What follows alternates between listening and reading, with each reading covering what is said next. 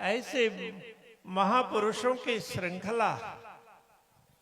तो इसमें श्री कृष्ण प्रणामी धर्म के आदि आचार्य निजानंदाचार्य श्री देवचंद्र जी महाराज, महामती श्री प्राणनाथ जी महाराज से लेकर हमारे गुरुजी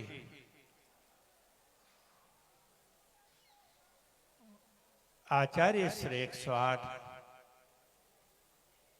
धर्मदास जी महाराज पर्यंत, तो पूरे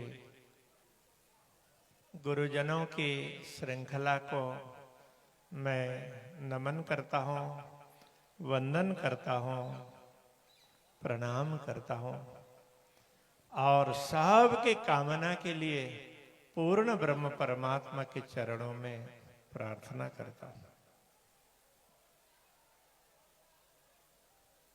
परमात्मा विश्व ब्रह्मांड के स्वामी है, सबके स्वामी पूर्ण ब्रह्म परमात्मा है। वे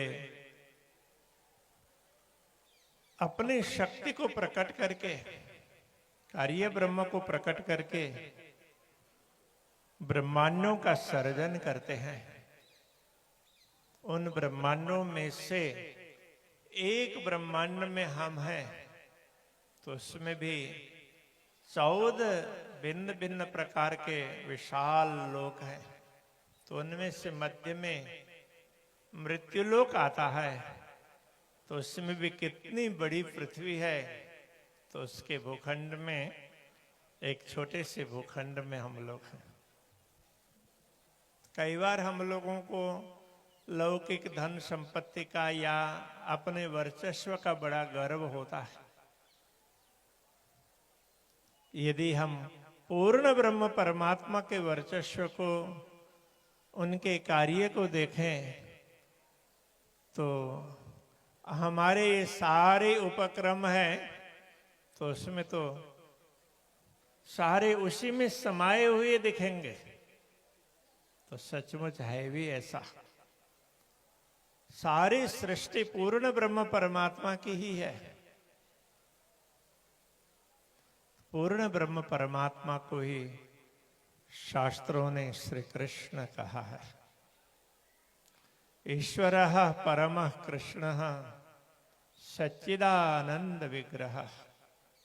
परम ईश्वर, ईश्वरों के भी ईश, ये पूर्ण ब्रह्म परमात्मा श्री कृष्ण है। हम उनके प्रति समर्पित हैं, उनको वंदन करते हैं। पल पल क्षण क्षण श्वास श्वास उनका नाम लेते हैं। तो उनके प्रति समर्पित होने के कारण श्री कृष्ण प्रणामी कहलाते हैं। तो इस बात को कभी भी हम लोगों को भूलना नहीं चाहिए। हम अपने मूल को हमेशा याद रखें। उनके साथ ही आत्मा जुड़ी हुई है। तो आत्मा जब संसार में आती है, तो उसको दुनिया की यात्रा के लिए, तो ये शरीर वाहन के रूप में प्राप्त होता है। तो शरीर वाहन ही है, यात्रा आत्मा करती है। हम लोग देखते हैं, सुनते हैं, बोलते हैं, तो शरीर माध्यम होता है। इसके अंग प्रत्यंग सभी माध्यम है। तो वास्तव में इन सब के मूल में आत्मा है। तो आत्मा से ही सुना जाता है, आत्मा से ही बोला जाता है, आत्मा से ही देखा जाता है।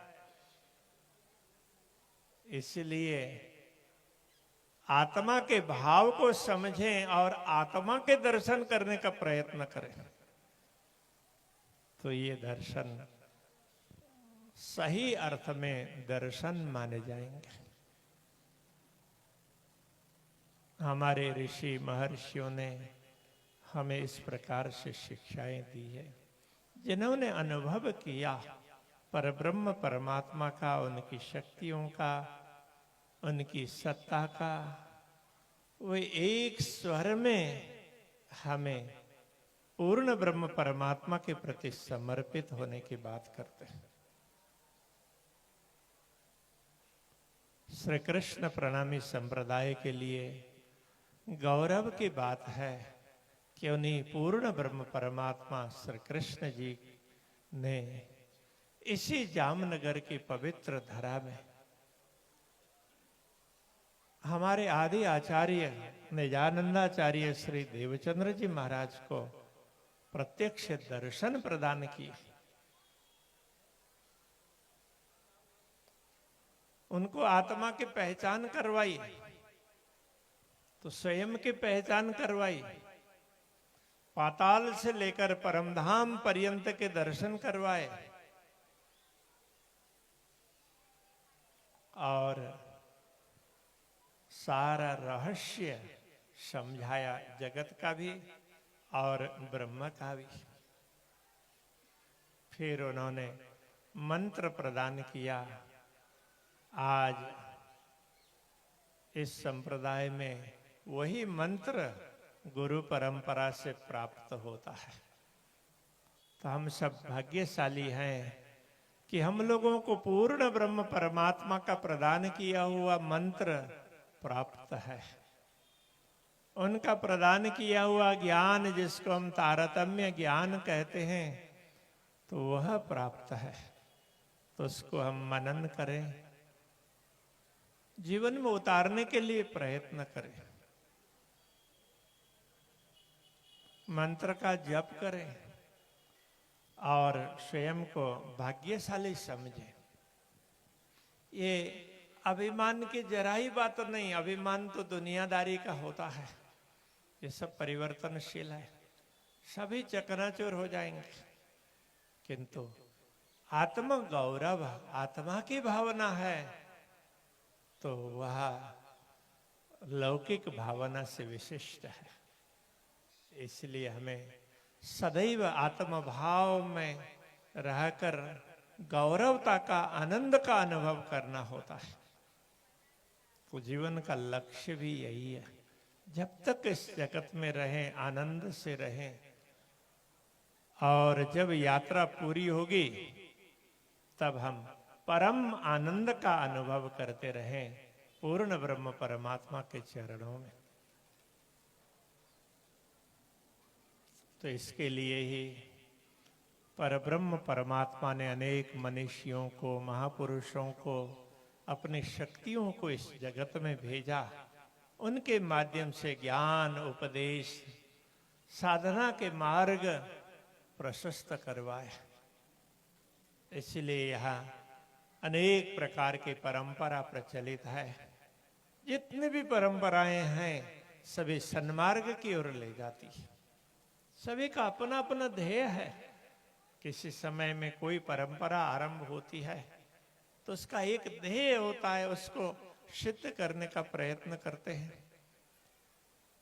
ऐसी अनेक परंपराएं हैं, सभी एक दूसरे के साथ जुड़ी हुई है, तो एक दूसरे को पुष्ट करती है, एक दूसरे को सहयोग करती है। हम लोग समझते हैं तो आनंद से रह सकेंगे, जब तक समझ नहीं पाएंगे तो उस समय कई बार खिंचातानी भी होती है। तो वो खिंचातानी अज्ञानता के कारण बनी हुई है। इसलिए अज्ञानता को ज्ञान के प्रकाश में दूर करना होगा। तो ब्रह्म ज्ञान का प्रकाश हर प्रकार की अज्ञानता को, अंधकार को मिटाने के लिए सक्षम होता है। किंतु तो सूर्य उगा हो, दोपहर हुआ हो, हम लोग अंधेरी कोठरी में बैठे रहे तो सूर्य के प्रकाश से वंचित ही रहेंगे। तो ऐसे में हम लोगों को आवश्यक है कि हम अंधेरी कोठरी से बाहर निकलें और सूर्य के प्रकाश का आनंद लें।